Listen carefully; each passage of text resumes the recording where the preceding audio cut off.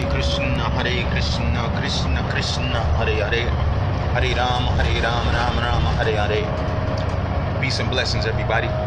So, my son and I just having a discussion, a quick discussion and stuff about relationships and matters of the heart. And I told him, I said, well, with me in a relationship, whether it works or not, there's no loss for me.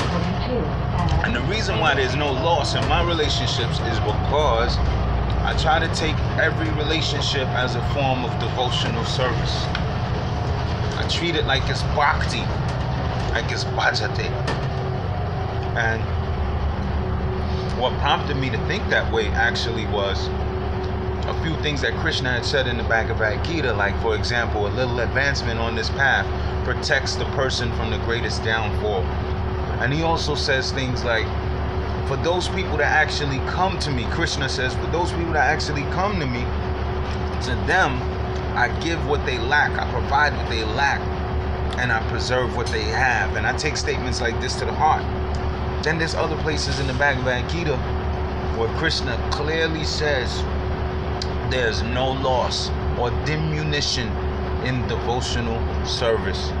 No loss, no matter what it seems like, no matter what happens to your body. Like, for example, my boy Chaitanya Leela Holt, he left this world under some very, very egregious conditions. Some people know about what I'm talking about, and I don't want to relive this pain because I know that was a very bad pain for his family, and I know that there probably hasn't been much closure or movement on the side of the Indian government, particularly the area of Goa, spelled G-O-A, where this incredible tragedy took place. However, even in the midst of the way he lost his life, I'm still inclined to believe that he was protected to the very last moment, and that there was no loss or any diminution, even though, like I said, the circumstances of his death were horrible. Just like they said Srila Prabhupada was poisoned. There was a time I really believed that. Now I don't really know what to believe as far as the poisoning issue, because there's always so many opposing arguments. And I just thrown my hands up, because I know even if Prabhupada was poisoned, I know who didn't poison him. Alright, cool. And, granted, even if they didn't poison Srila Prabhupada, doesn't matter. You know why? Because of what they did with that man's books after he left this planet Earth is a travesty. And what they have done with his organization after he left this earth is a travesty. I would have rather that they would have hung Srila Prabhupada from a cross or poisoned his food than to do the evil that they did to his books and his organizations posthumously. Sometimes it's better to die a bad death in honor so that your works may live than for you to die an honorable death and your works become destroyed. So, going back to the original subject of devotional service and relationships, I'm honing in now in my mind on Bhagavad Gita chapter 7 verse 11. I'm trying to quote it. I was just reading it earlier today. Gosh, what does it say? Alright, I'm going to go off the limb here, and I believe Bhagavad Gita chapter 7:11 talks about always keeping Krishna in your mind. I believe that's the verse. Like, stag, I just had it. Devotional service, when applied to any of your activities, surcharges your activities. It supercharges your activities. Just like I know a lot of psychics that are doing advisory work for other people, and whenever the psychics are doing this work and they come up to something that they can't comprehend or help their clients with, I tell them that's fine. You don't have the answers to everything, but at least let your clients know to chant Hare Krishna. And what that will do, it'll magnetize their life to the supreme source, and they'll get all of the guidance and all of the solutions that they need eventually, because Krishna is always protecting the people who approach him in a mood of surrender. Even Islam confirms this. What does it say? Innahu kana tawaban. What's that chapter? A'udhu billahi minash shaitanir rajim. Bismillahir rahmanir rahim. إذا جاء نصر الله والفتح وَرَأَيْتَ النَّاسِ يَدْخُلُونَ فِي دِينِ اللَّهِ أَفْوَاجًا فَسَبِّحْ بِحَمْدِ رَبِّكَ وَاسْتَغْفِرْهُ إِنَّهُ كَانَ تَوَّابًا. I'm not going to translate the whole thing, but that last verse is the most important verse. Basically, that chapter, An-Nasr, the aider, is the chapter of the helpers. That you'll know that there's going to be a great victory for Allah. إِذَا جَاءَ نَصْرُ اللَّهِ وَالْفَتْحُ. Because there's going to be an opening, and you're going to see the helpers of God entering into the gates there in buckets, bucket loads. We're just going to be coming. The helpers of God are going to be coming from all paths and all walks of life. And when you see this starting to happen, that you know that there's a great victory ahead. Fast forward to the last ayat. The word ayat means sign. So Quran is broken up into chapters and verses, or ayat. Ayat is like a flag. Ayat, sign. Ayatullah, sign of Allah. And in that last ayat, because a surah is a chapter, in the last ayat of that verse, An-Nasr, it's clearly saying, Innahu kana tawaban. Surely Allah is always accepting the people who are what? Kana tawaban, tawb. The word tawb means regretfulness or remorsefulness, humility, coming seeking forgiveness. So if you are tawaban, tawban, if you are one of those who is humble, slow down, be humble. What? My son thinks that I'm too old to do young stuff. My son don't know. See, he doesn't know that old is just young times like 6 or 7. So that means I'm actually more younger than my son. He doesn't get it. Wait, it's time. But you just said times. Yeah. You're supposed to be dividing it if you want to be younger. Yeah, but I'm multiplying my youth because I've lived my youth. If you're 12 and I'm 44, how many times is 12 going to 44? That's a good question. It shouldn't be hard for you. Well, 48. 12, so. 48, that's 4, right? Yeah. So, like, okay, so, Like 3 and so 3 and change.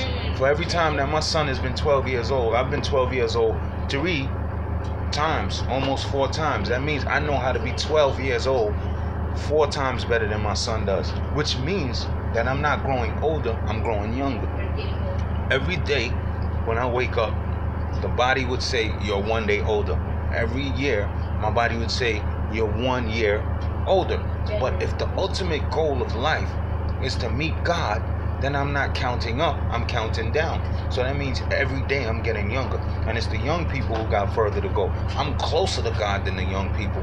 And I'm younger than them because I've been young more times than they've been. See, you got to use your math.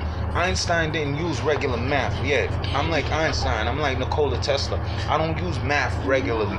Speaking of Nikola Tesla, Tesla said that black is the true face of light. We just can't see it. Tesla was way ahead of, like, I need to do a video just on Tesla because there's a video out there right now called Interview with Tesla. I beg you to please look for that video. They say it's a 116-year-old interview that was never released. They did it in some funny voices, and you know, really you could say, well, maybe it's not really Tesla doing this interview and all of that. It's possible. But the magnitude and the depth of the information, first of all, he was talking about Kundalini yoga at a time when there were no yogis in America. He was talking about Kundalini, seminal retention, the power of being celibate, the science of being brahmachari, the science of how you can find fulfillment in the path of being with the woman, having a relationship, and you can find your fulfillment and your enlightenment there. He said he found his fulfillment and enlightenment in the opposite path of not being with a woman, just being with himself, and he found fulfillment and enlightenment with that path. So once again, celibacy works for some people and family life works for others. Back to relationships and devotional service, and why I feel I could never lose in a relationship, whether the relationship ends good or bad, because there it is. I just concentrate on the work itself. I concentrate on the relationship itself. I don't concentrate on the past or the future, where it's going or what I want it to be. I don't concentrate on if I'm going to come up on top or if I'm going to wind up on the bottom. Those are no longer my concerns. My concern is to focus on the relationship while I'm engaged in the relationship. And so I treat it like devotional service. Why? Because Swami Abhaya Charan Aravinda, Swami Bhaktivedanta Swami Prabhupada Ki Jai, also known to the world affectionately as Srila Prabhupada. He's always talking about the different forms of yoga. There's so many forms of yoga: Dhyana yoga, Astanga yoga, Hatha yoga, Kriya yoga, Karma yoga, Jnana yoga. So all of these different forms of yoga give you different results and different rewards according to your austerities and your penances and the following rules of these different paths. That's how you get your reward. You follow the rules, you fast, you stand on your head and you hold one nostril and you breathe in one nostril and out the other nostril while gyrating your solar plexus and causing the semina to rise to the brain. Listen, man, I always say the same thing. Ain't nobody living long enough to master that stuff. Even when you used to watch the Kung Fu movies when you was a kid, 3 p.m., Channel 5. And I used to always wonder, like, yo, this dude was training Kung Fu. He came to a spiritual master's house. He came to see Seifu. He came to see Seifu. Sensei, I will dedicate my life to you. Just teach me the Buddhist palm. He's like, all right, I'll teach you Buddhist palm. But here, take this pamphlet for $10, even though it only costs 20 cents. Here, take this pamphlet for $10 because you have the chi and the bone structure. And this young man would start training Kung Fu at the sensei's house from sunrise. Then you see him still boiling water and making rice and Chinese broccoli for his spiritual master at 8 p.m. at night. So you say to yourself, well, hey, did this guy have a job? Does this guy have a wife and kids? But apparently, the duration of life back thousands of years ago, you could dedicate yourself, you could dedicate large parts of your day to your art, your spiritual art, your yoga, your martial arts, because you lived so long and the quality of life was different back then. So, you know, you had time to wait till you was 40 to begin a family and master your martial arts the first 30, 35 years of your life. And you're kicking through brick walls and stuff like that and flying from rooftop to rooftop. Yeah, because you got all of that energy backed up in you. You know what I'm saying? You haven't released. There's obviously no sex life. I saw no women in the Kung Fu shrine, the Kung Fu masjid. No women. Just a bunch of bald-headed guys like a Hare Krishna. No sperm release. Use that energy to propel you to the next level. Well, that's what Nikola Tesla did. So, in a relationship, I treat it like devotional service. Because in devotional service, you can get Krishna one of two ways. You can get Krishna himself through the path of spontaneous love and devotion. Or you can get one of Krishna's expansions through the path of rules and regulations. What am I telling you? You can get Krishna himself, the original Supreme Person, or you can get Krishna, the original Supreme Person's expansions, one of his plenary or full expansions, but not him, the original person. Still God, but God in a different manifestation, in different form, just by following rules and regulations. Well, when you are following those different forms of yoga, Kriya yoga, Hatha yoga, asanas, all of that, breathing yoga, dhyana, meditational yoga, jnana yoga, the yoga of knowledge or illumination, when you're practicing all of those, it is all based on rules and regulations. So when you master those forms of yoga, you will get the reward of rules and regulations, which is an expansion of God. But when you love God for no reason at all, when you support God for no reason at all, when you share love and emotions and sing and chant the names of God for no reason at all, we call that causeless mercy. Causeless mercy is something that Krishna will do something for you for no reason at all. You just stuck up a bank last week. Now you broke again this month, and the kids is crying for hungry, and your wife is crying for the cable bill, and she don't want the Fire Stick, she want the real Netflix. So you gonna give her the real Netflix tonight, but you ain't got no bread, and you know you're a low down dirty vagabond thief, and Krishna still puts food inside your fridge, and he still puts a brand new Pumas on your baby girl feet, and he puts a brand new earrings in your girlfriend's ear. That's called causeless mercy, young man. That's called causeless mercy, young lady. That is causeless mercy. That is one form of causeless mercy, when you don't deserve something but you get it anyway. So that's how it goes in the path of devotional service. 2 ways to get God. 1 way is through rules and regulation, and the other way is through spontaneous activity. And the spontaneous is the real, because how a man responds in emergency will show you how he really is. If your girlfriend wakes you up in the middle of the night and says, my ex-boyfriend is at the door, and you jump up like, all right, where he at? I'd like to meet him. Then that shows that you're one kind of man.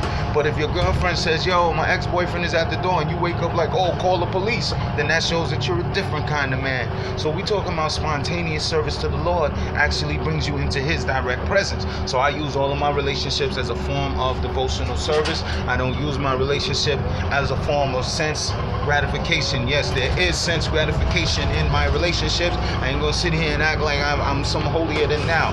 But I understand that all things, whether it's good or it's bad, it doesn't belong to me, it belongs to Hari. Who did I learn that from? Bhaktivinoda Thakur. Bhaktivinoda Thakur said, from this moment forward, everything from my mind, my body, my house, my chariot, my staff, my children, my wife, my breath in my lungs, it is all belonging to you, Hari. All of the good things I do and the bad things I do, it's not me doing it, and it's not me who it belongs to to you. So my relationships have become devotional service. Out of all of those forms of yoga, those are like karma. Those are rules and regulations. I ain't got no time for that. I'd rather show Krishna some love on a spontaneous tip, just the way he shows me love spontaneously. And unearned. I didn't earn none of this good stuff that I got, not to my knowledge. And I don't want the knowledge. If I did do something good to get it, because it might go to my ego and I might start thinking that I deserve something or something is owed to me. You know what I'm saying? I got people out there, man, this is the honest to God truth. You got people out there that really think I'm special right now. I don't know what this power is. It's like Chintamani. I laugh, I joke about it. Like I have a power to fulfill people's desires. I don't know how I do this. People come to me, they want something, and I just say a little prayer on their behalf. Next thing you know, it really happens for them. I got a homegirl out there who was distressed the other day. She hit me. She was damn near crying and stuff like that. And we're talking on the inbox, and I said to her, well, you have a talent, you have a gift. I don't know how I knew the stuff that I was telling her. I said, but you ain't gonna have to worry about a job soon. I said, you'll probably be using your talents and your gifts to make your own money from home, because a happy person is a person who owes nobody any money. If you're not in debt to nobody, that's one level of happiness. If you cook your own food, that's another level of happiness. And if you never have to leave your home to earn a living, that's the biggest form of happiness. So I told her, I said, listen, there's gonna come a time when you probably won't even have to go work for nobody. And what do you know? A few weeks later, this girl hits me on the inbox like, you're an angel, you're sent from God, you're this and that. I'm like, whoa, slow down, what happened? And you hit the lotto? See me, see the kid, you know? No, but that's not what happened. She did hit the lotto in her own way. She messed around and started doing readings online for people because she had a gift. And then she got so many orders that even though she's in the middle of job hunting, she don't have no time to look for a job now because people are taking care of her needs. And I keep getting these testimonials over and over again. Please let's not form no prayer hotline, because if I'm gonna abandon my job and start praying for people all day, I gotta be compensated. It's not about being money hungry, but I know how y'all treat your leaders and stuff like that. Too many people die broke in this game. Nikola Tesla should have never died broke. Straight talk. Nikola Tesla should have never died broke. People like John Henry Clark, like people like Bobby Hemmett, he should never die broke going forward. He's still alive. People like Bobby Hemmett, Phil Valentine, they should never, man, how many of y'all sat in their lectures, man? How many of y'all took these people's, even lectures that I did? If you go around YouTube, you could hear my voice on different people's websites and on their documentaries. Like literally my voice is being used. I ain't seeing $1 from none of that. I ain't getting paid. We don't take care of our cows, we don't take care of our women, we don't take care of our children, and we don't take care of our intellectual class. So we're not gonna prosper. I would love not to work. If I didn't work, you know how much I would do? I would do Facebook all day. Some people see that as a waste of time, but I get a lot of fulfillment because I'm reciprocating with people on a high level of engagement that doesn't necessarily translate to material dollars. Now I could start the games, I could start selling stuff and start making stuff, but me, I'd rather like make mandalas and sell it to you, or make coasters, out of mandalas, you know what I'm saying? Whatever. I'd rather make stuff from my hands instead of ordering stuff wholesale and telling you it's blessed. That's not my hustle. I'd rather really make you stuff from my hands or from my heart, or that has my bodily essence in it, and I'd sell that to you, because at least I know there's some kind of benefit, as opposed to being a retail wholesale. Retail me not. Anyway, everybody, I would like for y'all to take a moment to engage in devotional service, because that's the path of true reward, and that's the path of true blessing. I hope this video goes near and far, and it goes to who it's supposed to go to. And yeah, like I said, please don't bombard me with the prayer requests. I just don't have enough time. I have to get up and go to work, and I just have to work. I could be engaged in this full time, but the people don't take care of their own. They would rather see me die broke and have nothing. That's just how people are. I don't know what's wrong with the world, but I'ma rock out. I'ma ball out till I fall out on this path of devotional service. All glories to the assembled devotees. Hare Krishna, Krishna Krishna, Hare Hare, Hare Rama, Rama Rama, Hare Hare.